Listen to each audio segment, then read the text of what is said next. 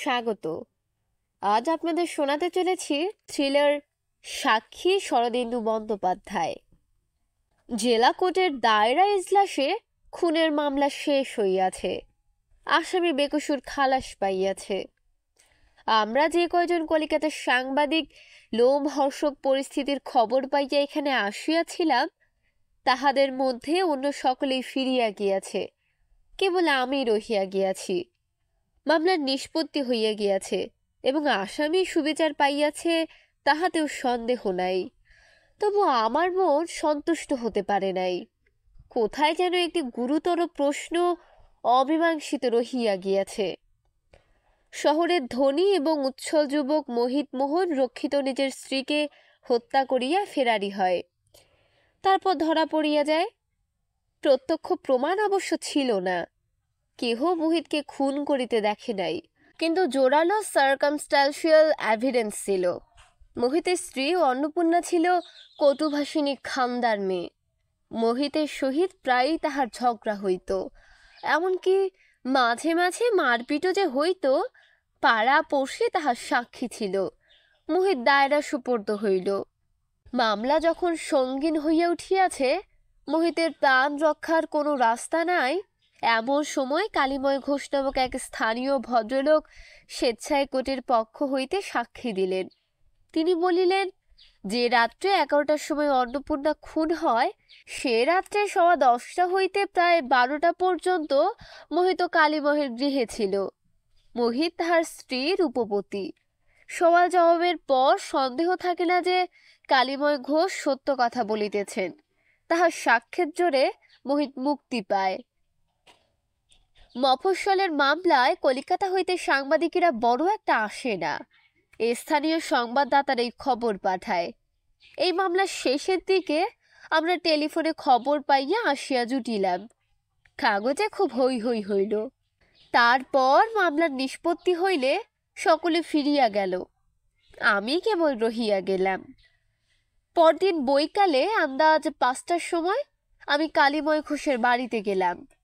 পাড়াটা নিরিবিলি, কয়েক ঘর ভদ্র গৃহস্থের বাস। বাগান ঘেরা একতলা ছোট ছোট বাড়ি গুড়ি, সবগুলি প্রায় এক ছাঁচের। কেবল একটা বাড়ি দ্বিতলের গর্ভে মাথা উঁচু করিয়া আছে, সেটি মোহিত রক্ষিতের বাড়ি। কালীময় বাবুর বাড়ি হইতে মোহিত রক্ষিতের বাড়িটা 60-70 গজ দূরে। আমরা এখানে আসিয়া প্রথমে ঘটনাস্থল পরিদর্শন করিয়াছিলাম। স্থানটার প্ল্যান জানা ছিল।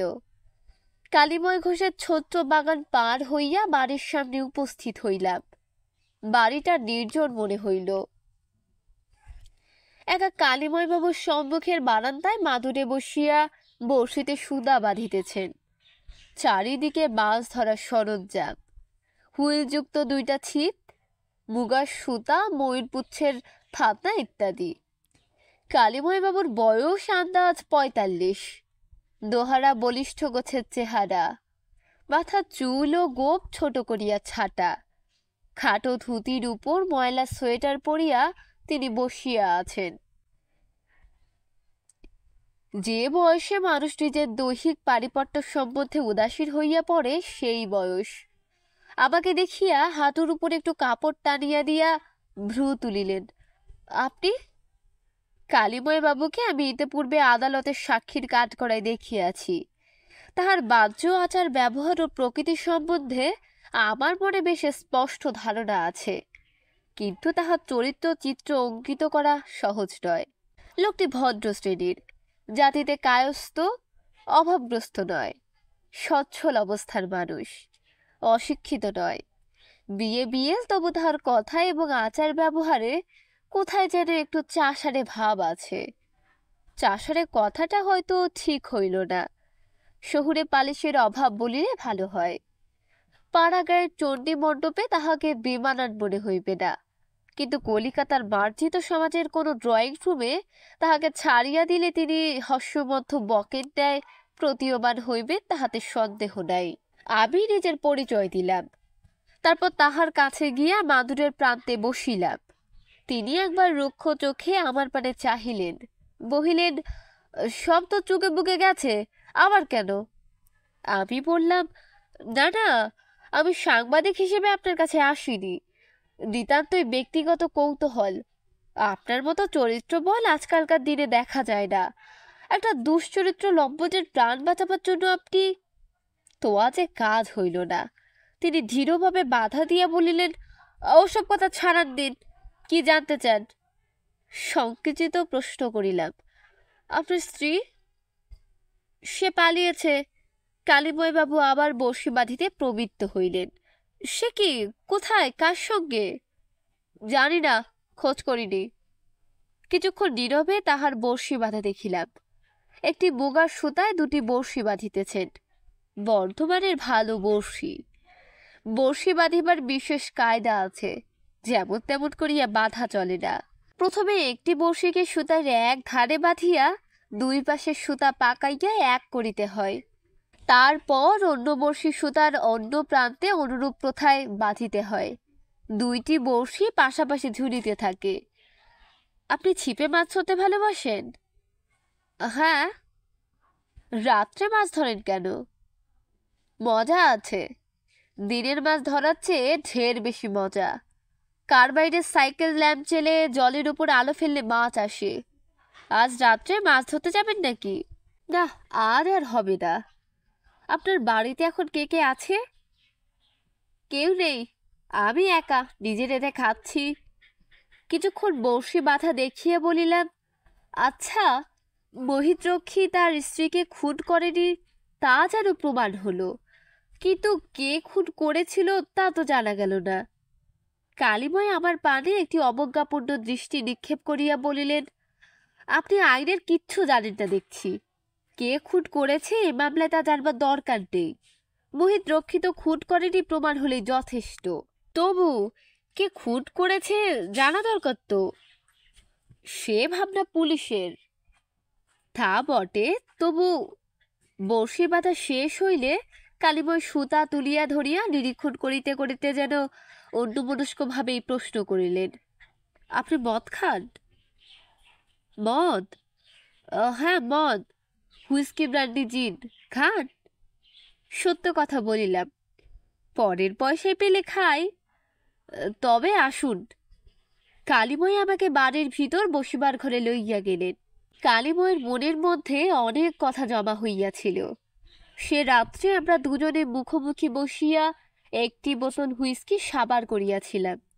সেই সঙ্গে তাহার মুখে যে বৃত্তান্ত শুনিয়াছিলাম, তাহার সহিত আদালতে প্রদত্ত এজেহার মিলাইয়া একটা গোটা কাহিনী খাড়া করা যাইতে পারে। তাহার পলাতকা স্ত্রী দামিনীর একটি ফটোও দেখিয়াছিলাম। এমন কিছু আহামরি চেহারা নয়, কিন্তু বয়স 20-22, শরীরের বাঁধুনি আছে এবং চোখে আছে কপট ভালো মানুষই। কালীময় এই জেলারই লোক। ছেলেবেলায় পাড়া গায়ে ছিলেন, তারপর শহরে আসিয়া লেখাপড়া শিখিয়াছেন, উকিল হইয়াছেন। গ্রামে জমি জমা বিক্রয় করিয়া শহরে বাড়ি কিনিয়া বাস করিতেছেন। ওকালতিতে তাহার প্রসার বেশি নয়। জরিপের কাজ করিয়া অল্প স্বল্প রোজগার হয়। হাতে কিছু নগদ টাকা আছে। লগ্নি কারবারে মন্দ উপার্জন হয় না। মোটের উপর সচ্ছল অবস্থা। প্রায় 20 বছর শহরে আছেন। শহরের সকলের সঙ্গে পরিচয় আছে, কিন্তু বেশি ঘনিষ্ঠতা কাহারও সঙ্গে নাই। যে ব্যক্তি একাধারে উকিল এবং মহাজন, তাহার সঙ্গে কাহারও বেশি ঘনিষ্ঠতা বোধহয় সম্ভব নয়। কালীময়ের প্রথম পক্ষের স্ত্রী রুগ্না ছিলেন। বিবাহিত জীবনের প্রায় 15টা বছর নিরবিচ্ছিন্ন শয্যাগত থাকিয়া নিঃসন্তান অবস্থায় স্বর্গারোহণ করেন। কালীময়ের বয়স তখন 40 পার হইয়া গিয়াছে। পুনর্বার বিবাহ করিবার জন্য তিনি বিশেষ উৎসুক ছিলেন না। পুণ্যাম নরকের ভয় তাহার ছিল না, কিন্তু কালীময়ের এক দুঃসম্পর্কের বোন ছিল। তাহার বিবাহ হইয়াছিল অন্য জেলায়।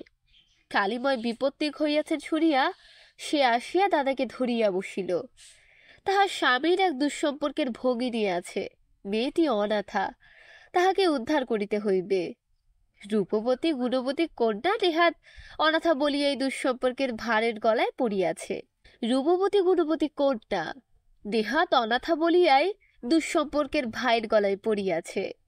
শেষ পর্যন্ত কালীময় দামিনীকে বিবাহ করিলেন। দামিনী সাধারণ বিচারে দেখিতে শুনিতে ভালোই, রূপ যত না থাক চটক আছে, গুণের পরিচয় ক্রমে প্রকাশ পাইল। সংসারের কাজ ছাড়িলেও সেদিকে স্পৃহা নাই। ভালো মানুষের মতো ঘরে থাকে বটে, কিন্তু মন বাহিরের দিকে। ঘরের কাজ ফেলিয়া বিছানায় শুইয়া রোমাঞ্চকর উপন্যাস পড়িতে ভালোবাসে।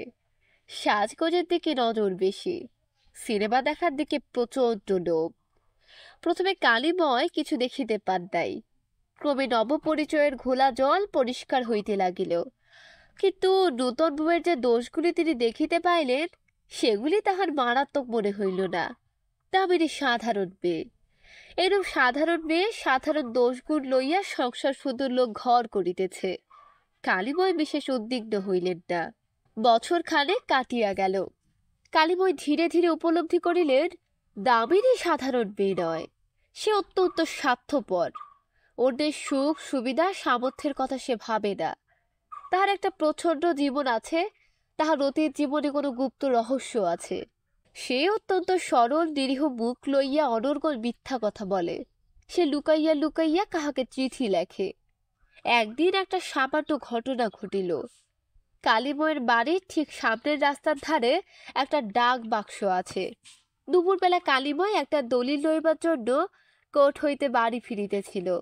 পথঘাট শূন্য, মোড় ঘুরিয়া নিজের রাস্তায় পড়িয়া তিনি দেখিতে পাইলেন দামিনী টুক করিয়া ফটকের বাহিরে আসিয়া একখানা খামের চিঠি ডাকে ফেলিয়া আবার শুট করিয়া বাড়ির ভিতর ফিরিয়া গেল।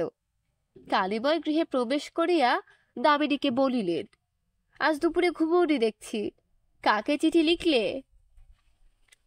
সরল বিস্ময়ে চক্ষু বিস্ফারিত করিয়া দামিনী বলিল, চিঠি? কই, আমি লিখিনি তো। কালীময়ের ধোকা লাগিল। তবে কি তিনিই ভুল দেখিয়াছেন?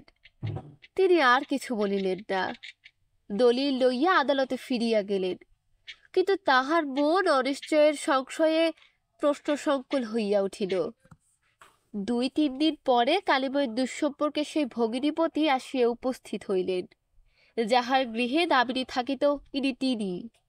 বয়সে কালীময়ের চেয়ে ছোট, শক্ত সমর্থ চেহারা, চোখে শিকারী বিড়ালের সতর্কতা। বলিলেন, কাজে এসেছিলাম, ভাবলাম দেখা করে যাই। তিনি কালীময়ের গৃহেই রহিলেন। কালীময় তাহাকে যথেষ্ট আদর যত্ন করিলেন। 2 দিন ও 1 রাত্রি কালীময়ের গৃহে কাটাইয়া অতিথি বিদায় লইলেন।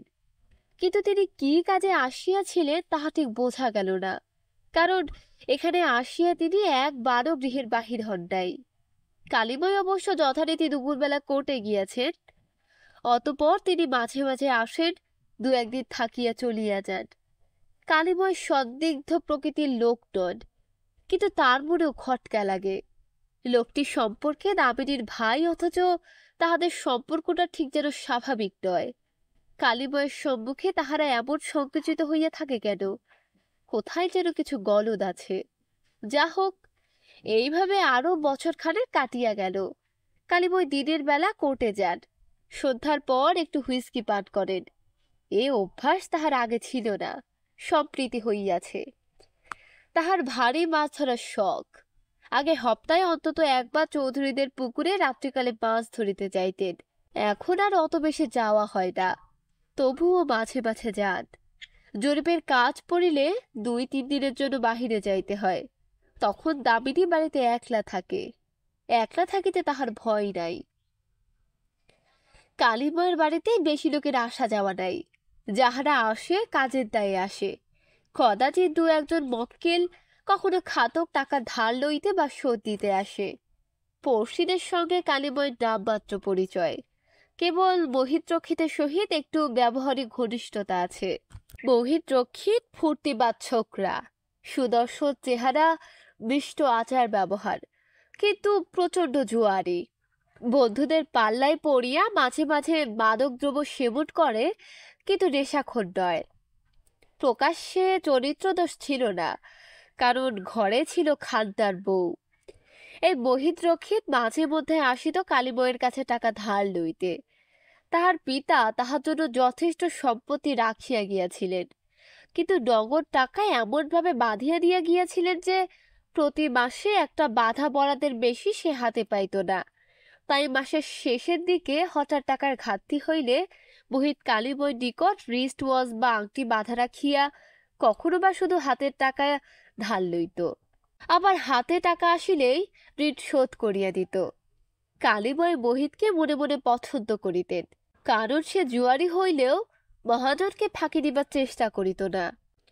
একবার কালীময় জরিপের কাজে 2-3 দিনের জন্য গ্রামাঞ্চলে গিয়াছিলেন। ফিরিয়া আসিয়া দামিনীকে দেখিয়া তাহার মস্তিষ্কে সন্দেহের আগুন জ্বলিয়া উঠিল। দামিনী ভালো মেয়ে নয়, নষ্ট মেয়ে। তাহার গুপ্ত নাগর আছে, সে লুকাইয়া ব্যভিচার করে। সন্দেহ বস্তুটা যে সকল অনুবীক্ষণিক প্রমাণের উপর নির্ভর করে, সে প্রমাণ কাহাকেও দেখানো যায় না, এমনকি নিজের কাছেও তাহারা খুব স্পষ্ট নয়। তবুও এ জাতীয় সন্দেহের হাত ছাড়ানো যায় না। কালীময় মাথার মধ্যে তুষের আগুন জ্বলিয়া ভাবিতে লাগিলেন, দামিনী বিবাহের আগে হইতে দুশ্চরিত্রা, এই জন্যই তাহার দুঃসম্পর্কিয়া ভগিনী তাহাকে তাড়াতাড়ি বিদায় করিয়াছিল। ভগিনীপতির সঙ্গে নটঘট লোকটা ওই জন্যই আসে। তাহারা সম্পর্কে ভাই বোন, কিন্তু যাহারা নষ্ট দুশ্চরিত্র তাহাদের কি সম্পর্ক জ্ঞান থাকে? শুধু তাই নয়, এখানেও দামিনীর গুপ্ত প্রণয়ী আছে। কে সে? বাড়িতে তো সেরকম কেহ আসে না, তাহার অনুপস্থিতিকালে কাহার যাতায়াত আছে? কে সে? কালীময় স্থির করিলেন, কেবল সন্দেহের তোষানালে দগ্ধ হইয়া লাভ নাই, ধরিতে হইবে। হাতে নাতে ধরিয়া তারপর নষ্ট স্ত্রীলোকটাকে দূর করিয়া দিবেন। কেলেঙ্কারি হইবে, শহরে কান পাতা যাইবে না। তা হোক। শনিবার বিকালে আদালত হইতে ফিরিয়া জলযোগ করিতে করিতে কালীময় বলিলেন, আজ রাত্রিরে মাছ ধরতে যাব। তাহার বাহ্য ব্যবহার দেখিয়া মনের কথা অনুমান করা যায় না। দামিনীর চোখের মধ্যে ঝিলিক খেলিয়া গেল। সে তৎক্ষণাৎ চোখের উপর পল্লবের আবরণ নামাইয়া বলিল, ও, তাহলে তোমার রাত্রের খাবার তৈরি করি? ফিরতে কি রাত হবে? কালীময় বলিল, যেমন হয় 1টা-1.5টা। রাত্রি 8:30টার পর কালীময় বাহির হইলেন। একটি চটের থলিতে মাছ ধরার সরঞ্জাম, চার, টোপ, ভাজা খোল ও বেথির গুঁড়া, একটি কার্বাইডের সাইকেল ল্যাম্প, সেই সঙ্গে একটি 1.5 ফুট লম্বা লোহার ডান্ডা। রাত্রে মাছ ধরিতে গেলে এই ডান্ডাটি তাহার সঙ্গে থাকে। নির্জন স্থানে একাকী রাত্রি যাপন, আত্মরক্ষার একটা অস্ত্র সঙ্গে থাকা ভালো। এক হাতে ছিপ, অন্য হাতে থলি লইয়া কালীময় বাহির হইলেন। তিনি ফটক পার না হওয়া পর্যন্ত দামিনী দ্বারের কাছে দাঁড়াইয়া রহিল, তারপর দ্বার বন্ধ করিয়া দিল। বাড়িতে আর কেহ নাই। ঠিক আজই দিনের বেলা কাজ করিয়া দিয়া চলিয়া গিয়াছে, আবার কাল সকালে রাত্রির একটু বাসন বাজিবে। কালীময়ের বাড়ির সম্মুখের রাস্তাটি 2টি মুখ, একটি বাজারের দিকে, অন্যটি শহরের বাহিরে গিয়াছে। কালীময় বাহিরের রাস্তা ধরিলেন। চৌধুরীদের বাগান বাড়িটা শহরের 2 মাইল বাহিরে। প্রকাণ্ড পুকুর, পুকুরে খসে পুঁটি হইতে বড় বড় রুই, কাতলা, মৃগেল, চিতল সব মাছই আছে। চৌধুরীরা কালে ভদ্রে বাগান বাড়িতে আমোদ করিতে যান। একটা মালি বাগান বাড়ির তত্ত্বাবধান করে। চৌধুরীরা বড় জমিদার। কালীময় তাহাদের এস্টেটের একজন উকিল। পুকুরে মাছ ধরিবার ঢালা হুকুম আছে। কিছুদূর চলিবার পর বহিত্রক্ষীদের বাড়ির কাছাকাছি মোহিতের সঙ্গে তাহার দেখা হইয়া গেল। সে বলিল, এই যে ঘোষমশাই, আপনার কাছে যাচ্ছিলাম। কালীময় দাঁড়াইয়া বলিলেন, কি ব্যাপার? কিছু টাকার দরকার পড়েছিল। কত?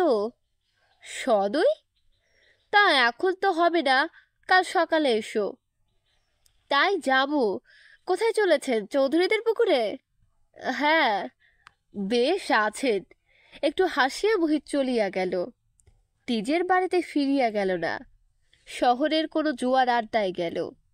মোহিতের বাড়ির সম্মুখ দিয়া যাইবার সময় কালীময় শুনিতে পাইলেন বাড়ির ভিতর হইতে কাহস্য কণ্ঠের তীক্ষ্ণ স্বর আসিতেছে। বাড়িতে মন বসে না, দিনরাত শুধু জুয়া আর জুয়া, লক্ষ্মী ছাড়ার দশা। বাবজার রেখে গেছে, সব ছাড়ে গোল্লায় দিয়ে তবে নিশ্চিন্তি হবে।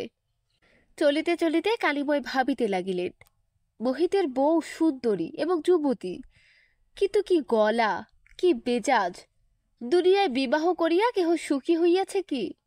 তিনি নিজে 2বার বিবাহ করিয়াছেন। প্রথমটি চিররূপ না, দ্বিতীয়টি ভ্রষ্টা। মানুষ বিবাহ করে কেন? রাস্তাটা আরো 8 মাইল গিয়া মিউনিসিপাল এলাকার শেষ প্রান্তে পৌঁছিয়াছে। অতঃপর আর আলোকস্তম্ভ নাই। এইখানে পৌঁছিয়া কালীময় একটি গাছের তলায় উপস্থিত হইলেন। রাত্রিকালে রাস্তায় লোক চলাচল খুবই কম, তবু কালীময় গাছের পেছন দিকে গিয়া ছিপটি গাছের গুড়িতে হেলাইয়া দিলেন। থলিটি মাটিতে রাখিয়া নিজে একটি উন্নত শিকড়ের উপর উপবেশন করিলেন। এখানে বসিলে রাস্তা দিয়া মোটর গাড়ি যাইলেও তাহার হেডলাইটের আলোয় তাহাকে দেখা যাইবে না। পকেট হইতে সিগারেট বাহির করিয়া কালীময় ধরাইলেন। ধরাইবার সময় দেশলাইয়ের আলোতে হাতঘড়িটা দেখিয়া লইলেন। 9টা বাজিয়া 5 মিনিট। আজ সিগারেট বড় শীঘ্র শেষ হইয়া গেল। তিনি আর একটা সিগারেট ধরাইলেন। সেটা শেষ হইলে আর একটা। 10টা বাজিলে কালীময় পায়ে জুতা খুলিয়া ফেলিলেন। জুতা জোড়া গাছের কন্ধে তুলিয়া রাখিলেন, শিয়াল কুকুরে লইয়া না যায়। তারপর থলি হইতে লোহার দাঁড়াটি লইয়া থলিও গাছের একটি গোজের মতো ডালে ঝুলাইয়া দিলেন। ছিপটি যেমন ছিল তেমনি রহিল। কালীময় লোহার ডাঁটাটি দৃঢ় মুষ্টিতে ধরিয়া নিঃশব্দে ফিরিয়া চলিলেন। রাস্তায় জনমানব নাই। নিজের পাড়ায় যখন ফিরিলেন তখন পাড়া নিশুতি। সব বাড়িতে আলো নিভিয়া গিয়াছে। কেবল মহিতের বাড়ির একটা ঘরে আলো জ্বলিতেছে। কালীময়ের নিজের বাড়িও অন্ধকার, কোথাও সারা শব্দ নাই। তিনি চোরের মতো প্রবেশ করিলেন। বাড়ির প্রবেশদ্বার 2টি, একটি সামনে একটু পিছনে। কালীময় অনুভব করিয়া দেখিলেন 2টি দ্বারই ভিতর হইতে বন্ধ। তিনি তখন নিঃশব্দ পদে শয়নঘরের জানালার বাহিরে গিয়া দাঁড়াইলেন। জানালার একটি কপাট অল্প খোলা রহিয়াছে। ঘরের ভিতর অন্ধকার। কান পাতিয়া থাকিলে ফিসফিস গলায় আওয়াজ শোনা যায়। কিছুক্ষণ কান পাতিয়া শুনিবার পর কালীময় কণ্ঠস্বরটি চিনিতে পারিলেন। একটি তাহার স্ত্রী দামিনীর, অপরটি তাহার ঘাতক বহিত্রক্ষিতের। পরদিন সকালবেলা পাড়ায় হুলস্থুল কাণ্ড। বহিত্রক্ষিত নিজের স্ত্রীকে খুন করিয়া ফেরারি হইয়াছে। বাড়িতে পুলিশ আসিয়াছে। বহিতের বাড়ির বাঁ পাশে গোপাল নিয়োগীর বাড়ি, ডান পাশে থাকেন প্রতাপচন্দ্র। দুজনেই পৌর ব্যক্তি। তাহারা পুলিশের কাছে এজাহার দিলেন বহিত এবং অন্নপূর্ণার কলহ দৈনন্দিন ব্যাপার। কাল রাত্রি আন্দাজ 11টার সময় তাহারা বহিতের বাড়ি হইতে অন্নপূর্ণার চিৎকার ও গালিগালাজের শব্দ শুনিতে পান। বহিত কোনোদিন চেঁচাইয়া ঝগড়া করে না, কালও তাহার কণ্ঠস্বর শোনা যায় নাই। হঠাৎ অন্নপূর্ণা মেরে ফেললে বলিয়া 2-3 বার চিৎকার করিয়াই চুপ করিল।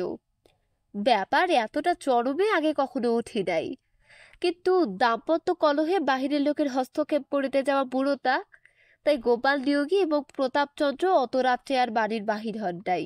বিশেষত অন্নপূর্ণা যখন হঠাৎ চুপ করিয়া গেল তখন তাহারা ভাবিয়াছিলেন বহিন বউকে পিটাইয়া শায়েস্তা করিয়াছে। সে যে বউকে খুন করিতে পারে এই সম্ভাবনা তাহাদের মাথায় আসে নাই। সারা রাত্রি মৃতদেহ খোলা বাড়িতে পড়িয়াছিল। সকালবেলা ঝি আসিয়া আবিষ্কার করিয়াছে। ঝিয়ের চেঁচামেচিতে গোপালবাবু ও প্রতাপবাবু এ বাড়িতে আসিয়াছেন এবং মৃতদেহ দেখিয়া স্তম্ভিত হইয়াছেন। কালীময় বহিদের বাড়িতে গেলেন। পাড়ায় এমন একটা কাণ্ড হইয়া গেল, সকলে গিয়াছে, তিনি না গেলে খারাপ দেখায়। পুলিশ দারোগা তাহাকে জিজ্ঞাসা করিলেন, আপনি কিছু জানেন? এজেহার দিবার ইচ্ছা কালীময় ছিল না। তিনি ইতস্তত করিয়া বলিলেন, কখন এই ব্যাপার ঘটেছে? দারোগা গোপাল নিয়োগী ও প্রতাপচন্দ্রকে দেখাইয়া বলিলেন, এদের কথা থেকে মনে হয় রাত্রি আন্দাজ 11টার সময় খুন হয়েছে। অন্য সাক্ষী নেই, বাড়িতে ঝি চাকর কেউ থাকতো না। কালীময় বলিলেন, 11টার কথা জানি না, আমি চৌধুরীদের পুকুরে মাছ ধরতে গিয়েছিলাম, কিন্তু রাত্রি আন্দাজ 11:30টার সময় মোহিতের সঙ্গে আমার দেখা হয়েছিল। দারোগা বলিলেন, তাই নাকি? কোথায় দেখা হয়েছিল? কালীময় গত রাত্রে মোহিতের সহিত পথে সাক্ষাতের বিবরণ করিলেন। শুনিয়া দারোগা করিলেন, আর একটা জোরালো মোটিভ পাওয়া যাচ্ছে।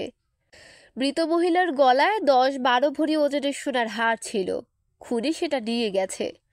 মোহিত রক্ষিত আপনার কাছে টাকা ধার দিতে যাচ্ছিল, কিন্তু আপনার কাছে ধার না পেয়ে শুধু হাতে জুয়ার আড্ডায় গিয়েছিল। সেখানে বোধহয় আমল পায়নি, তাই বউয়ের গলার হাত দিতে এসেছিল। তারপর দারোগা পাড়ার আরো অনেককে প্রশ্ন করিলেন, কিন্তু নূতন কোনো তথ্য পাওয়া গেল না। বহির জোয়ারে ছিল, দলে পড়িয়া মাঝে মাঝে মদ খাইত, কিন্তু মোটের উপর মানুষ বন্ধ ছিল না। অন্নপূর্ণার সহ্য গুণ ছিল না, মুখের রাস ছিল না। সামান্য কারণে ঝগড়া বাঁধাইয়া পাড়া মাথায় করিত। এই তথ্যগুলি সকলের মুখে প্রকাশ পাইল। তদন্ত শেষ করিয়া দারোগা লাশ লইয়া চলিয়া গেলেন। পলাতক বহিত রক্ষিতের চাপে পুলিশের হুলিয়া বাহির হইল। গত রাত্রে প্রায় 1টার সময় কালীময় মাছ ধরিয়া বাড়ি ফিরিয়াছিলেন। দামিনী ঘুম চোখে আসিয়া দৌড় খুলিয়া দিয়াছিল। জড়িত স্বরে জিজ্ঞাসা করিয়াছিল, মাছ পেলে? কালীময় সংক্ষেপে বলিয়াছিলেন, না। আর কোনো কথা হয় নাই। দামিনী গিয়ে আবার শয়ন করিয়াছিল। কালীময় হাত মুখ ধুইয়া তাহার পাশে শয়ন করিয়াছিলেন। দামিনী কয়েকবার আড়মোড়া ভাঙিয়া ঘুমাইয়া পড়িয়াছিল। কালীময় সারা রাত্রি জাগিয়াছিলেন। সকালবেলা দুজনের মধ্যে লুকোচুরি খেলা আরম্ভ হইল। বাহির বাড়িতে খুনের খবর পাইয়া কালীময় অন্তরে আসিলেন।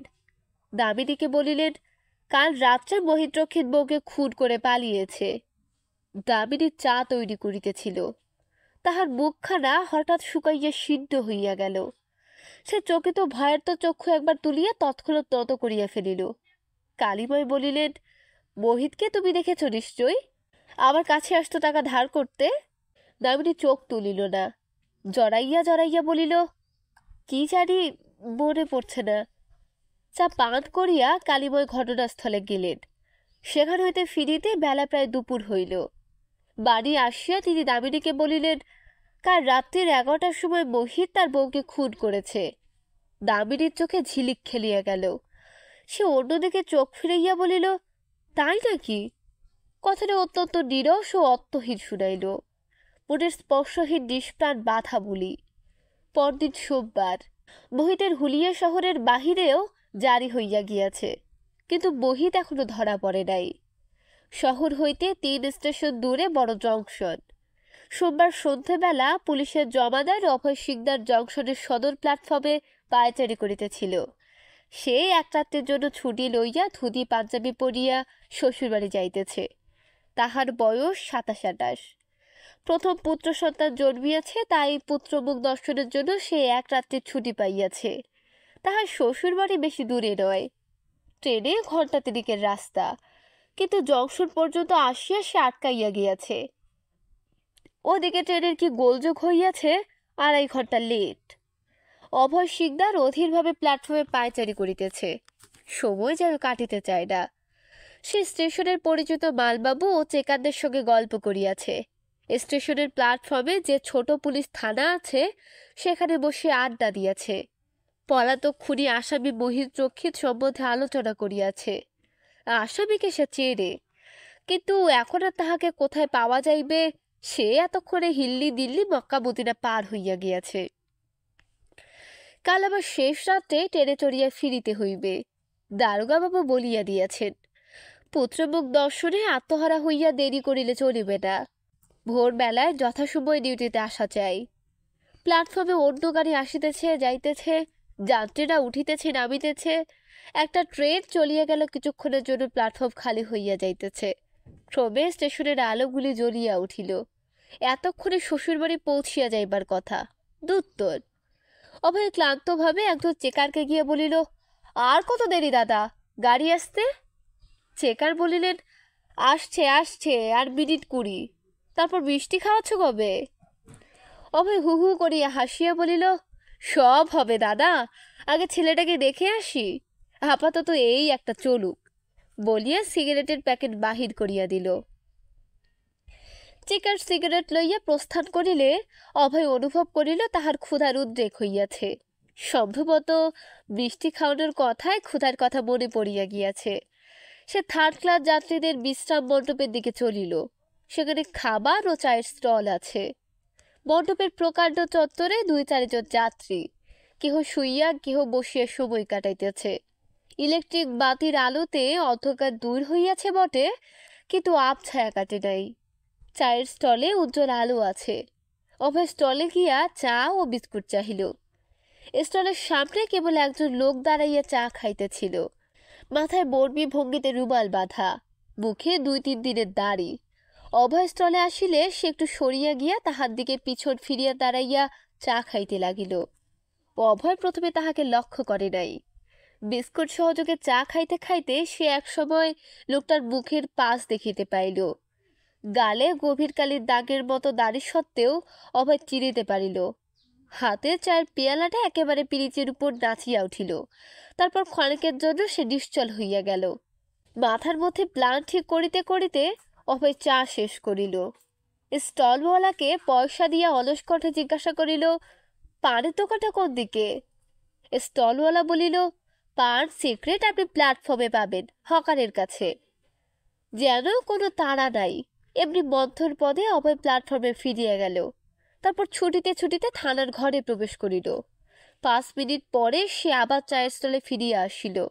মাথায় রুমাল বাঁধা লোকটা চা শেষ করিয়া দোকানদারকে পয়সা দিতেছে। অভয় তাহার পিছনে গিয়া দাঁড়াইল। সে ফিরিতেই অভয়ের সহিত তাহার চোখাচোখি হইল। সে অভয়কে চিনিল না, পাশ কাটাইয়া যাইবার চেষ্টা করিল। ইতিমধ্যে 2 দিক হইতে পুলিশের পোশাক পরা 2 জন লোক অগ্রসর হইয়া আসিতেছে। অভয় বলিল, তোমার নাম মোহিত রক্ষিত, তুমি ফেরারি আসামি? মোহিত ক্ষণকালের জন্য স্তম্ভিত হইয়া গেল। তারপর ভরকানো ঘোড়ার মতো পালাইবার চেষ্টা করিল, কিন্তু পালাইতে পারিল না। 3 দিক হইতে 3 জন তাহাকে চাপিয়া ধরিল। থানার ঘরে লইয়া গিয়া মোহিতকে সার্চ করা হইল। তাহার কাছে তাহার মৃত স্ত্রীর সোনার হার এবং কয়েক ঘন্টা পয়সা পাওয়া গেল। নগদ টাকার অভাবে সে বেশি দূর পলাইতে পারে নাই। সে রাত্রে অভয়ের পুত্র মুখ দর্শন হইল না। গাড়ি আসিয়া চলিয়া গেল। অভয় মোহিতের হাতে হাতকড়া পরাইয়া 2 জন কনস্টেবল সঙ্গে শহরে ফিরিয়া চলিল। মোহিতের মামলা কমিটি কোর্ট পার হইয়া দায়রা আদালতে উঠিল।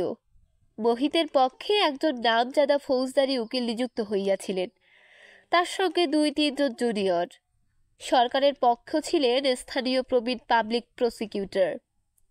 কালিময় যদিও কোনো পক্ষেই নিযুক্ত হন নাই, তবে তিনি বরাবর কোর্টে হাজির ছিলেন। অন্য আরও অনেক জুনিয়র উকিল উপস্থিত ছিল।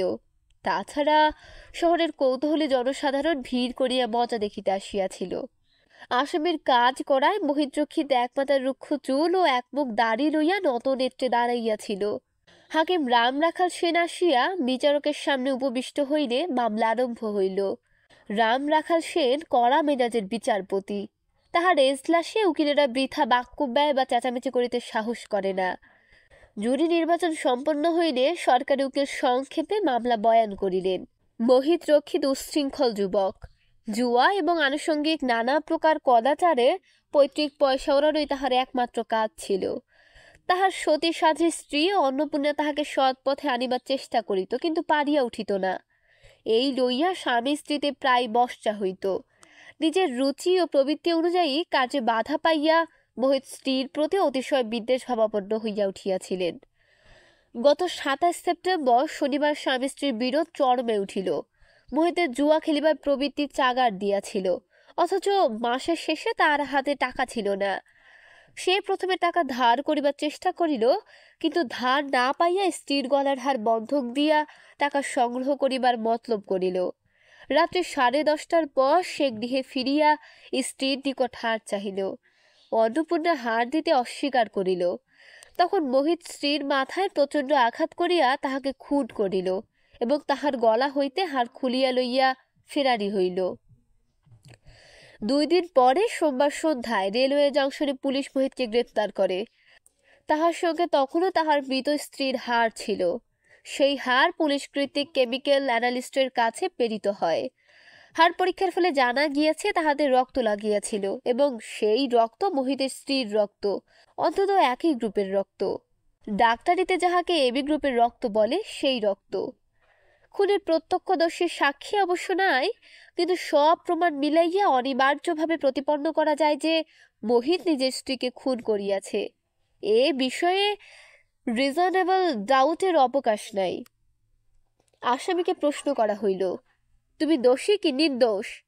মোহিত হাত জোড় করিয়া হাকিমকে বলিল, হুজুর, আমি মহাপাপী, কিন্তু আমি আমার স্ত্রীকে খুন করিনি বলিয়া অসহায়ভাবে কাঁদিতে লাগিল। আসামি পক্ষের উকিল বলিলেন, হুজুর, আমার মক্কেল বেকসুর, তাহার বিরুদ্ধে সাক্ষী সাবুত কিছুই নাই। সরকারি উকিল আগে নিজের কেস প্রমাণ করুক, আসামির সাফেই এখন উজ্জ্ব রহিল, প্রয়োজন হইলে পরে হুজুরে দাখিল করিব। অতঃপর একে একে সাক্ষীরা আসিয়া জবানবন্দি দিতে লাগিল। অনেক সাক্ষী গোপাল নিয়োগী এবং প্রতাপচন্দ্র সাক্ষ্য দিলেন। কালীময়েরও সাক্ষ্য দিবার কথা, কিন্তু তিনি পূর্বেই পাবলিক প্রসিকিউটরের কাছে গিয়ে নিজেকে ছড়াইয়া লইয়াছিলেন। তিনি উকিল, তাহার যে তেজারতির কারবার আছে একথা প্রকাশ্য আদালতে প্রচার হইলে তাহার নিন্দা হইবে। পাবলিক প্রসিকিউটর বলিয়াছিলেন, আপনাকে না হলেও চলে যাবে, দুজন মারোয়ারির সাক্ষী আছে, তাদের দিয়ে কাজ চালিয়ে নেব। প্রথম দিন ৩-৪ জন সাক্ষী রেজিহার হইল। মহিদের উকিল দীর্ঘকাল জেরা করিয়াও সাক্ষীদের টলাইতে পারিলেন না। সেদিনের মতো মোকদ্দমা শেষ হইলে মোহিতকে আবার লক আপে লইয়া যাওয়া হইল। সে জামানত পায় নাই। আদালত হইতে ফিরিয়া কালীময় হাত মুখ ধুইয়া জলযোগ করিতে বসিলেন। ঘরে তিনি আর দামিনী ছাড়া আর কেহ নাই। দামিনী খাঁচায় ধরা পড়া ইঁদুরের মতো ঘরের এদিক হইতে ওদিক ছটফট করিয়া বেড়াইতেছে, বাহির হইবার পথ খুঁজিয়া পাইতেছে না। সে জানে আজ হইতে মোহিতের মোকদ্দমা আরম্ভ। কালীময় জলযোগ করিতে করিতে বলিলেন, আজ দায়রা ইজলাসে লোকে লোকারণ্য, তীর ফেলবার জায়গা ছিল না, সবাই মোহিতের মোকদ্দমা শুনতে এসেছে। দামিনী কথা বলিল না। তাহার অস্থিরতা যেন আরো একটু বাড়িয়া গেল। কালীময় আবার বলিলেন, মোহিত বলল সে মহাপাপী, কিন্তু বউকে খুন করেনি। হয়তো সত্যি কথাই বলেছে, হয়তো যে সময় তার বউ খুন হয় সে সময় সে অন্য কোথাও ছিল, কিন্তু প্রমাণ করব কি করে? দামিনীর ছটফটানি আরো বাড়িয়া গেল, কিন্তু মুখ দিয়া কথা বাহির হইল না। কালীময় দামিনীর মুখের পানে চোখ তুলিয়া বলিলেন, মোহিত যদি প্রমাণ করতে না পারে যে খুনের সময় অন্য কোথাও ছিল, তাহলে বোধহয় তার ফাঁসি হবে। রামরাখাল বাবু বড় কড়া হাকিম। দামিনী হঠাৎ ঘর হইতে বাহির হইয়া গেল, যেন খাঁচার ইঁদুর পথ খুঁজিয়া পাইয়াছে। পরদিন মোহিতের বিচারে আর সাক্ষী আসিল। সরকারি ডাক্তার সব ব্যবচ্ছেদের রিপোর্ট দিলেন। মাথায় ভারী ভোঁতা অস্ত্রের আঘাতে অন্নপূর্ণার মৃত্যু ঘটিয়াছে। মৃত্যুর সময় মধ্যরাত্রির কাছাকাছি। অন্নপূর্ণার রক্ত এবি গ্রুপের। এবি গ্রুপের রক্ত খুবই বিরল, শতকরা ৩ জনের মধ্যে পাওয়া যায়। অতঃপর পুলিশের যে দারোগা তদন্তের ভার পাইয়াছিলেন তিনি সাক্ষী দিলেন। ২ জন মারোয়ারি সাক্ষী দিল। খুনের রাত্রে আন্দাজ ৯টার সময় মোহিত তাহাদের কাছে টাকা ধার লইতে গিয়াছিল, কিন্তু তাহারা জানিত মোহিত জুয়ারি, তাই শুধু হাতে টাকা ধার দেয় নাই। বলিয়াছিল বন্ধকি দ্রব্য পাইলে টাকা ধার দিতে পারে। মোহিত চলিয়া গিয়াছিল, আর ফিরিয়া আসে নাই।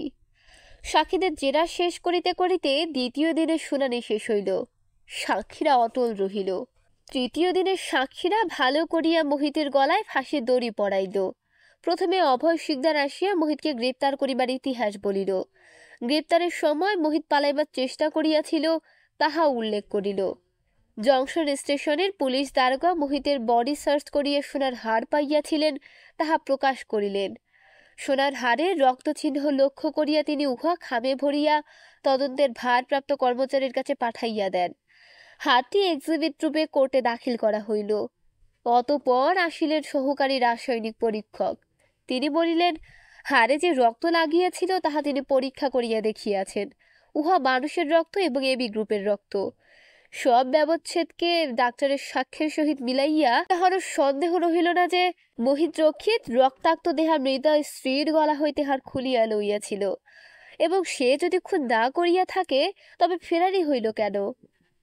রিজনেবল ডাউটের কোনো অবকাশ নাই। পাবলিক প্রসিকিউটর হাকিমকে বলিলেন, হুজুর, আমার সাক্ষী শেষ হয়েছে, এবার আসামি পক্ষ সাফাই পেশ করতে পারেন। আসামির উকিল উঠিয়া বলিলেন, হুজুর, সরকারি উকিল নিঃসংশয় প্রমাণ করিতে পারেননি যে আসামি খুন করেছে। যা হোক, আজ আর সময় নেই, কাল আমি সাফাই সাক্ষী দাখিল করব। তারা প্রমাণ করবে যে খুনের রাত্রে আসামি অন্যত্র ছিল। আসামির কাঠ করায় মোহিত একবার ভীত ব্যাকুল চোখে চারিদিকে চাহিল, যেন চিৎকার করিয়া কিছু বলিতে চাহিল, তারপর দুহাতে মুখ ঢাকিল। উকিল কিরূপ সাফাই সাক্ষী দিবেন তাহা সে জানিত না। উকিল মোহিতের কাছে সত্য কথা জানিবার চেষ্টা করিয়াছিলেন, কিন্তু বিফল হইয়া নিজেই সাক্ষীর ব্যবস্থা করিয়াছিলেন। সে রাত্রে শয়নের পূর্বে কালীময় আলমারি হইতে হুইস্কির বোতল বাহির করিলেন। গেলাসে হুইস্কি ঢালিয়া তাহাতে জল মিশাইয়া গেলাস হাতে বিছানার পাশে আসিয়া বসিলেন। দামিনী শয়নের পূর্বে আয়নার সম্মুখে দাঁড়াইয়া মুখে ক্রিম মাখিতেছিল। কালীময় বলিলেন, বহিতকে দেখে দুঃখ হয়। কি যেন বলতে চাইছে কিন্তু বলতে পারছে না।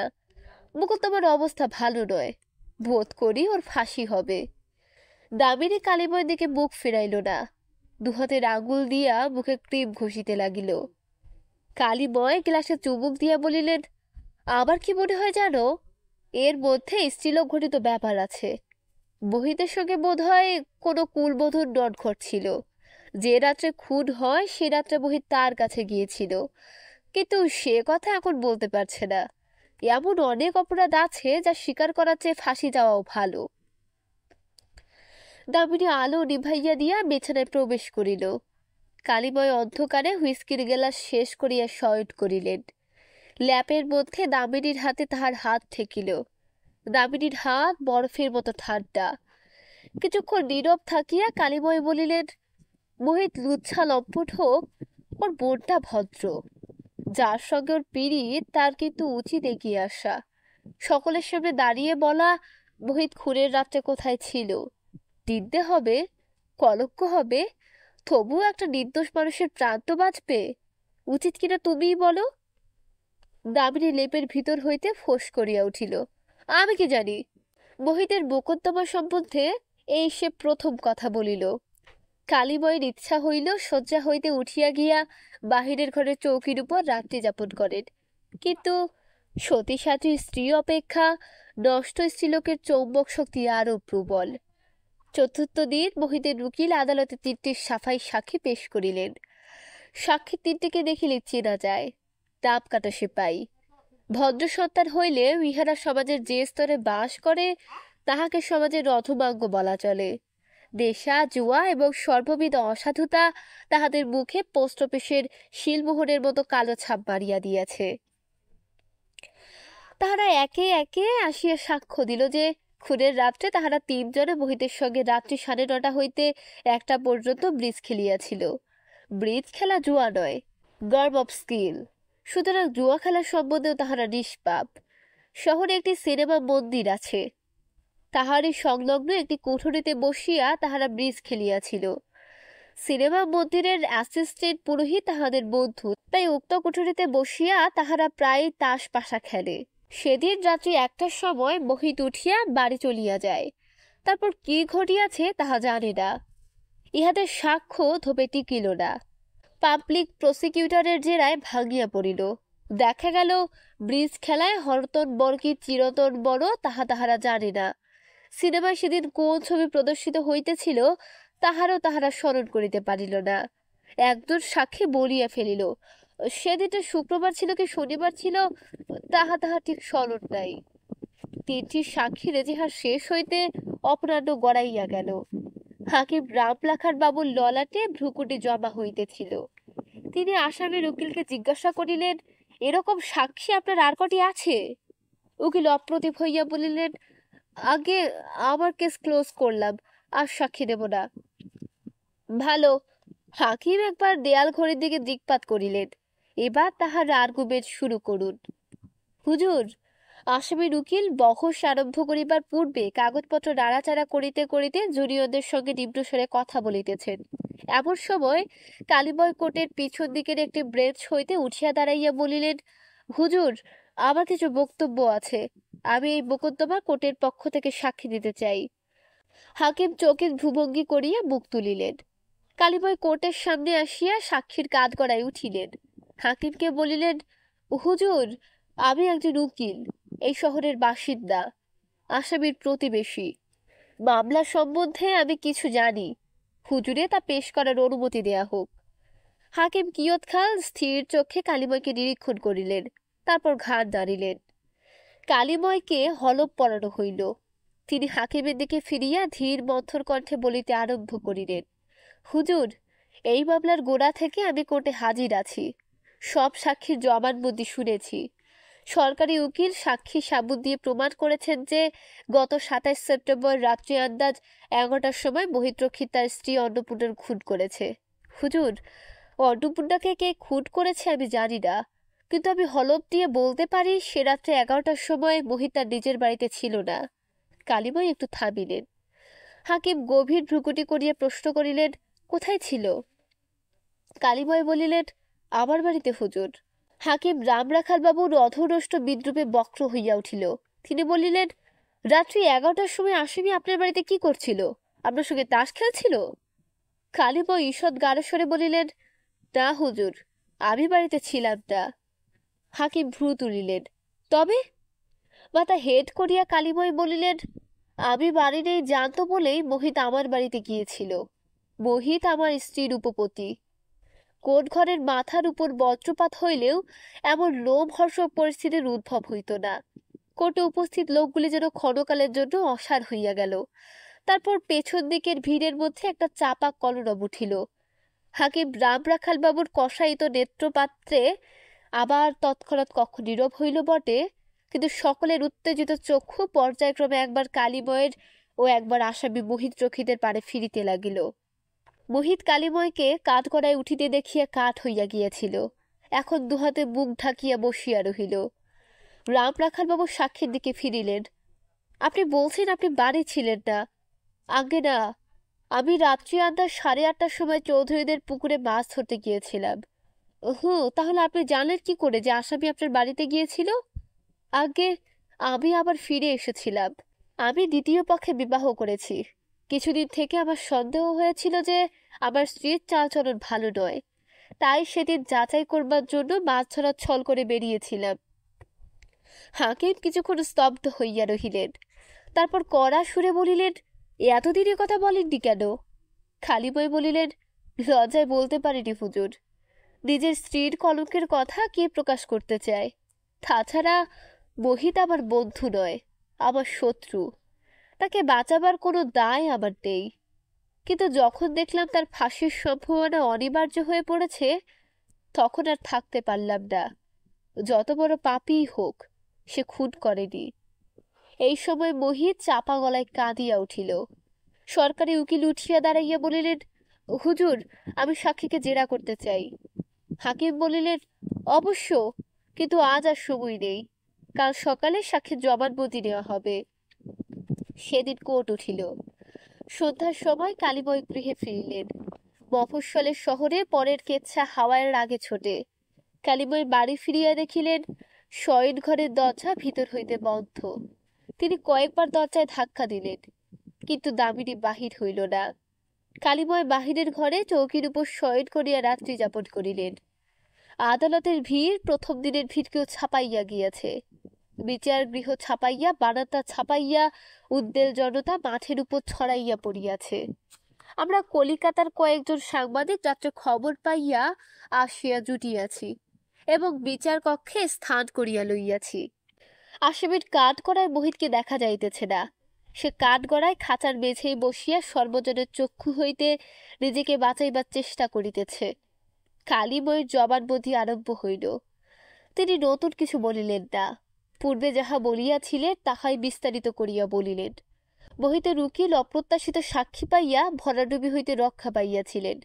তিনি কালিময়কে জেরা করিলেন না। পাবলিক প্রসিকিউটর ডাল কুত্তার মতো কালিময়কে আক্রমণ করিলেন। সমধর্মী উকিল বলিয়া রেয়াত করিলেন না, কিন্তু তাহার জেরা ব্যর্থ হইল। কালিময়কে তিনি টলাইতে পারিলেন না। সওয়াল ও জবাবের কিয়দংশ নিম্নে দিলাম। প্রশ্ন, কতদিন হলো আপনি দ্বিতীয়বার বিবাহ করেছেন? বছর 2 হলো। কবে আপনি জানতে পারলেন যে আপনার স্ত্রীর চালচলন ভালো নয়? জানতে পারিনি, সন্দেহ করেছিলাম। কবে সন্দেহ করেছিলেন? এই ঘটনার 2-4 দিন আগে। কি দেখে সন্দেহ হয়েছিল? চালচলন দেখে। স্ত্রীকে এই বিষয়ে কিছু বলেছিলেন? না। কেন বলেননি? কালিময় জিজ্ঞাসুভাবে হাকিমের দিকে চাহিলেন। হাকিম বলিলেন, প্রশ্ন অবান্তর, অন্য প্রশ্ন করুন। আপনি বলছেন সে রাত্রে নিজের শোবার ঘরের জানলার বাইরে দাঁড়িয়ে আড়ি পেতেছিলেন। কটা থেকে কটা পর্যন্ত আড়ি পেতেছিলেন? আন্দাজ 10টা থেকে 12টা পর্যন্ত। এই পৌনে 2 ঘন্টা আপনি চুপটি করে জানলার বাইরে দাঁড়িয়ে রইলেন? হ্যাঁ। ঘর অন্ধকার ছিল, কিছু দেখতে পাচ্ছিলেন না? না, কিন্তু ওদের কথা শুনতে পাচ্ছিলেন? হ্যাঁ। ওরা বেশ জোরে জোরে কথা বলছিল? না, চুপি চুপি কথা বলছিল। চুপি চুপি কথা বলা সত্ত্বেও আপনি আসামির গলা চিনতে পারলেন? শুধু গলা শুনে নয়, ওদের কথা থেকে বুঝতে পেরেছিলাম। কি কথা থেকে বুঝতে পেরেছিলেন? আসামি একবার বলেছিল বহিঃরক্ষিত ভদ্রলোকের ছেলে, প্রাণ গেলেও ভদ্রমহিলা আর কলঙ্ক হতে দেবে না। বহিঃরক্ষীদের মুখ থেকে এ কথা কেউ জানতে পারবে না। আর কি কি কথা শুনেছিলেন? কালিময় চক্ষু নত করিয়া নীরব রহিলেন। হাকিম উকিলকে বলিলেন, অন্য প্রশ্ন করুন। আপনি যখন জানতে পারলেন যে আপনার স্ত্রী ব্যভিচারিণী, তখন আপনার রক্ত গরম হয়ে ওঠেনি? রাগ হয়নি? হয়েছিল, কিন্তু সেই সঙ্গে ভয়ও হয়েছিল। ভয় কিসের? রাগের মাথায় ইচ্ছে হয়েছিল দৌড় ভেঙে ঢুকে দুজনকেই ঠ্যাঙাই, কিন্তু ভয় হলো আমি একা, ওরা দুজন, ওরা যদি আমায় খুন করে। তাই ফিরে গিয়ে মাছ ধরতে লাগলেন? হ্যাঁ। আপনি মানুষ না কেঁচো? কালিময় নীরব রহিলেন। হাকিম কড়া স্বরে সহকারী উকিলকে বলিলেন, আপনি বারবার এভিডেন্স অ্যাক্টের বাইরে যাচ্ছেন। এসব প্রশ্ন অবান্তর এবং অসঙ্গত। আপনার যদি আর কোনো প্রশ্ন না থাকে আপনি বসে পড়ুন। আর একটা প্রশ্ন হুজুর। সরকারি উকিল সাক্ষীর দিকে ফিরিলেন।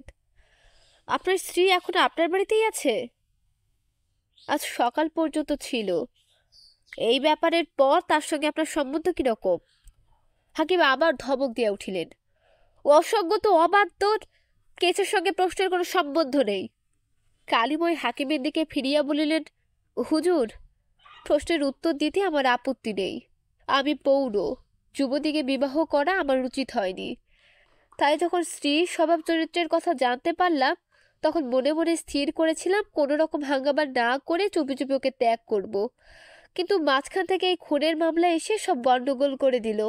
সরকারি উকিল এবার হাকিমের মুখ দেখিলেন, একবার জুরিদের মুখ দেখিলেন। তাদের মনের ভাব বুঝিতে তাহার বিলম্ব হইল না। মামলার হাল একেবারে উল্টাইয়া গিয়াছে। তিনি আর প্রশ্ন না করিয়া বসিয়া পড়িলেন। ইতোমধ্যে মোহিতের উকিল গিয়া মোহিতের সঙ্গে কথা বলিয়া আসিয়াছিলেন। তিনি উঠিয়া বলিলেন, হুজুর, এবার আসামি নিজের মুখে তার স্টেটমেন্ট দেবে। কোর্টের সকলে সিদ্ধারা খাড়া করিয়া বসিল। মোহিত ধীরে ধীরে কাঠগড়ায় উঠিয়া দাঁড়াইল। দাড়ি গোপ ও রুক্ষ চুলের ভিতর হইতে তাহার মুখখানা দেখিয়া মনে হয় সে একটা পাগল ভিখারি। কাঁদিয়া কাঁদিয়া চোখ দুটো জবা ফুলের মতো লাল। সে হাতঝোড় করিয়া ভগ্নস্বরে বলিতে আরম্ভ করিলে, ধর্মাবতার, আমি মহাপাপী, ফাঁসি আমার উপযুক্ত শাস্তি, কিন্তু আমি আমার স্ত্রীকে খুন করিনি। কালিময়বাবু যা বলেছেন তার এক বর্ণও মিথ্যে নয়। তিনি যদি এসব কথা না বলতেন তাহলে আমিও চুপ করে থাকতাম, কিন্তু এখন চুপ করে থাকার কোনো সার্থকতা নেই। সে রাত্রে আন্দাজ 12টার সময় আমি নিজের বাড়িতে ফিরে যাই। গিয়ে দেখলাম সদর দরজা খোলা, সামনের ঘরে আলো জ্বলছে। আমার স্ত্রী অন্নপূর্ণা মেঝেয় মরে পড়ে আছে। আমি ভয়ে দিশেহারা হয়ে গেলাম। ভাবলাম আমাকেই সবাই খুনি বলে সন্দেহ করবে। অন্নপূর্ণার সঙ্গে আমার সদ্ভাব নেই, এ কথা সবাই জানে। প্রাণ বাঁচাবার একমাত্র উপায় পালিয়ে যাওয়া, কিন্তু আমার পকেটে মাত্র 2-3 টাকা আছে। 2-3 টাকায় কতদূর পালাতে পারবো? আমি অন্নপূর্ণার গলা থেকে হাড় খুলে নিয়ে পালালাম। তাতে যে রক্ত লেগে আছে তা জানতে পারিনি। সেই রাত্রেই জংশনে পৌঁছলাম, কিন্তু সেখান থেকে দূর দেশে যেতে হলে টাকা চাই। জংশনে কাউকে চিনি না, কার কাছে হাড় বিক্রি করব? রবিবার সারা দিন জংশনে লুকিয়ে রইলাম, কিন্তু হাড় বিক্রি করার সাহস হলো না। ভয় হলো হাড় বিক্রি করতে গেলে ধরা পড়ে যাব। সোমবার দিনটাও জংশনে কাটলো। তারপর সন্ধেবেলা ধরা পড়ে গেলাম। হুজুর, এই আমার বয়ান। আমি যদি একটি মিথ্যে কথা বলে থাকি, আমার মাথায় যেন বজ্রাঘাত হয়। রুদ্ধশ্বাস বিচার গৃহে আসামির উকিল ধীরে ধীরে উঠিয়া দাঁড়াইয়া বলিলেন, হুজুর, এরপর আমি আর একটা কথাও বলতে চাই না। সরকারি উকিল তার ভাষণ দিতে পারেন। সরকারি উকিল দীর্ঘ ভাষণ দিলেন। ভাষণ শেষ হইবার আগেই লাঞ্চের বিরাম আসিল। বিরামের পর তিনি আবার ভাষণ চালাইলেন। কালিময় যে মিথ্যা সাক্ষী, নিজের নাক কাটিয়া পরে যাত্রা ভঙ্গ করিতেছেন, এই কথা তিনি বারবার জুরিকে বুঝাইবার চেষ্টা করিলেন। তাহার কথা কিন্তু কাহারও মনে স্থান পাইল না। তার বক্তৃতা শেষ হইলে হাকিম জুরিদের মামলার মোকদ্দমা বুঝাইয়া দিলেন। জুরি উঠিয়া গিয়া 5 মিনিট নিজেদের মধ্যে সলা পরামর্শ করিলেন। তারপর ফিরিয়া আসিয়া রায় দিলেন, আসামি নির্দোষ। হুইস্কির বোতলটি নিঃশেষ হইয়া আসিয়াছিল। থলায় মাত্র 2 আঙুল পরিমাণ তরল দ্রব্য ছিল। রাত্রি 10টা বাজিতে বেশি দেরি নাই। কালিময় বাবুর বসিবার ঘরে বোতল মাঝখানে রাখিয়া আমরা দুজনে মুখোমুখি বসিয়া আছি। আমার মাথার মধ্যে রুমঝুম নুপুর বাজিতেছে, কিন্তু বুদ্ধিটা পরিষ্কার আছে। কালিময় রক্তাভ নেত্রে মদের বোতলটার দিকে চাহিয়া আছেন। আমি বলিলাম, তারপর? কালিময় বোতল হইতে চক্ষু সরাইলেন না। বলিলেন, কাল কোর্ট থেকে বাড়ি ফিরে এসে দেখলাম দামিনী পালিয়েছে। কোথায় গেছে জানি না, হয়তো দুঃসম্পর্কের ভাইয়ের কাছেই ফিরে গেছে। আর মোহিত? সে আছে, কাল রাত্রে এসেছিল, পায়ে ধরে মাপ চেয়ে গেল। কিছুক্ষণ কোনো কথা হইল না। আমার মাথার মধ্যে রুমঝুম শব্দের সঙ্গে একটা বেতালা চিন্তা ঘুরিতেছে। শেষে বলিলাম, একটা প্রশ্নের কিন্তু ফয়সালা হলো না। কালিময় আমার পানে রক্তাক্ত চোখ তুলিলেন। বলিলাম, অন্নপূর্ণাকে খুন করল কে? কালিময় নির্বিবেশে আমার পানে চাহিয়া রহিলেন। বলিলাম, আপনি সে রাত্রে লোহার দাঁড়া নিয়ে আড়ি পাততে এসেছিলেন, আদালতে লোহার দাঁড়ার কথা বলেননি। কালিময় আরও কিছুক্ষণ আমাকে স্থির নেত্রে নিরীক্ষণ করিলেন। তোমার বিশ্বাস আমি অন্নপূর্ণাকে খুন করেছি? বলিলাম, বিশ্বাস নয়, সন্দেহ। আপনি 1.25 ঘন্টা জানার বাইরে দাঁড়িয়ে রইলেন, এ কথা মেনে নেওয়া শক্ত। আপনি কেঁচো নয়, মানুষ। হঠাৎ কালিময় হুইস্কির বোতলটা ধরিয়া নিজের গেলাসের মধ্যে উজাড় করিয়া দিলেন। তাহাতে জল মিশাইলেন না, দীর্ঘতরল আঙুর গলায় ঢালিয়া দিলেন। আমি অপেক্ষা করিয়া রহিলাম। তিনি বলিলেন, হ্যাঁ, অন্নপূর্ণাকে আমি খুন করেছিলাম, তোমাকে বলছি। কিন্তু তুমি যদি অন্য কাউকে বলো, আমি অস্বীকার করব। আমার বিরুদ্ধে কোনো প্রমাণ নেই। আমার মাথার মধ্যে বেতালা চিন্তাটা এবার তালে নাচিয়া উঠিল। প্রশ্ন করিলাম, অন্নপূর্ণাকে খুন করলেন কেন? সে তো কোনো অপরাধ করেনি। কালিময় বলিলেন, তাকে খুন করবার মতলব আমার ছিল না। নিজের ঘরের ব্যাপার দেখে আমার মাথায় আগুন জ্বলে উঠেছিল। আমি গিয়েছিলাম প্রতিশোধ দিতে। প্রতিশোধ দিতে? হ্যাঁ, মোহিত আমার মুখে চুনকালি দিয়েছে, তাই আমি গিয়েছিলাম তার গালে চুলকালি দিতে। কিন্তু অন্নপূর্ণা অন্য জাতের মেয়ে, সে দামিনী নয়। আমার মতলব যখন সে বুঝতে পারল, তখন আমার কোঁচা চেপে ধরে বলল, তবে হাড় হাবাতে অল্পে মিটছে, তোর মনে ময়লা, দাঁড়া, তোর পিন্ডি চটকাচ্ছি। এই বলে সে আমার কোঁচা ধরে প্রাণপণে চেঁচাতে লাগলো, মেরে ফেললে, মেরে ফেললে। তখন আর আমার উপায় রইল না। এখনই চিৎকার শুনে পাড়াপড়শি এসে পড়বে, হাতে লোহার ডান্ডা ছিলই। অনেকক্ষণ নীরবে কাটিয়া গেল। শেষে আমি উঠিবার উপক্রম করিলাম। বলিলাম, আচ্ছা, রাত হয়ে গেছে, আজ তাহলে উঠি। কালিময় চকিতে চোখ তুলিলেন। তাহার মুখ হইতে স্মৃতির গ্লানি মুহূর্তে মুছিয়া গেল। তিনি বলিলেন, এত রাত্রে কোথায় যাবে? আজ এখানেই থেকে যাও। খিদে পেয়েছে? দেখি রান্নাঘরে কিছু আছে কিনা।